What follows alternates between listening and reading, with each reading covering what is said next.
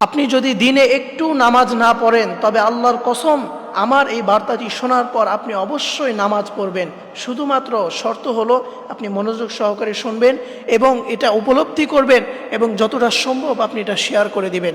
কারণ আপনার শেয়ারের মাধ্যমে যদি অন্য একটা ভাই উপকৃত হয়, সে যদি নামাজ পড়া শুরু করে, তাহলে যতদিন সে নামাজ পড়বে তার একটা সওয়াব আপনার আমল নামে আল্লাহ তাআলা দিয়ে দিবেন। সুবহানাল্লাহ। এই জন্য প্রিয় ভাই প্রিয় বোনেরা, অবশ্যই আপনি মনোযোগ সহকারে শুনবেন।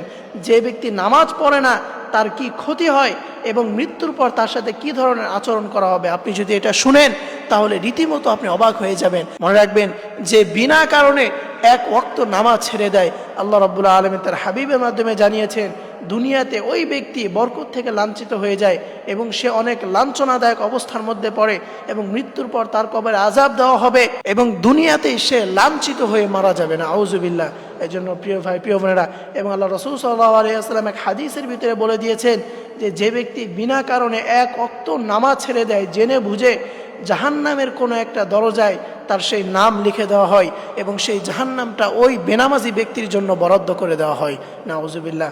এই জন্য প্রিয় ভাই প্রিয় বোনেরা আমার, আপনি কিসের জন্য নামাজ ছেড়ে দিচ্ছেন?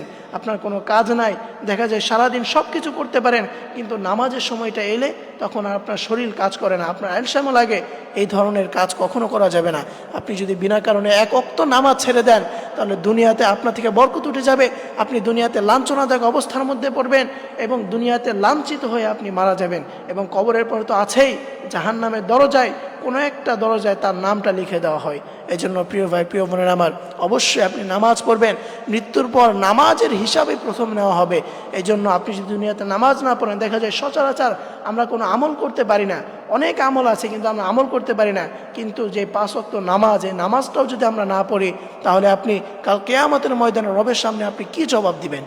এই জন্য প্রিয় ভাই প্রিয় বোনেরা আমার, অবশ্যই আজকে থেকেই আপনি নামাজ পড়া শুরু করবেন এবং আপনার আশেপাশে যারা আছে তাদেরকে আপনি নামাজের জন্য উৎসাহিত করবেন।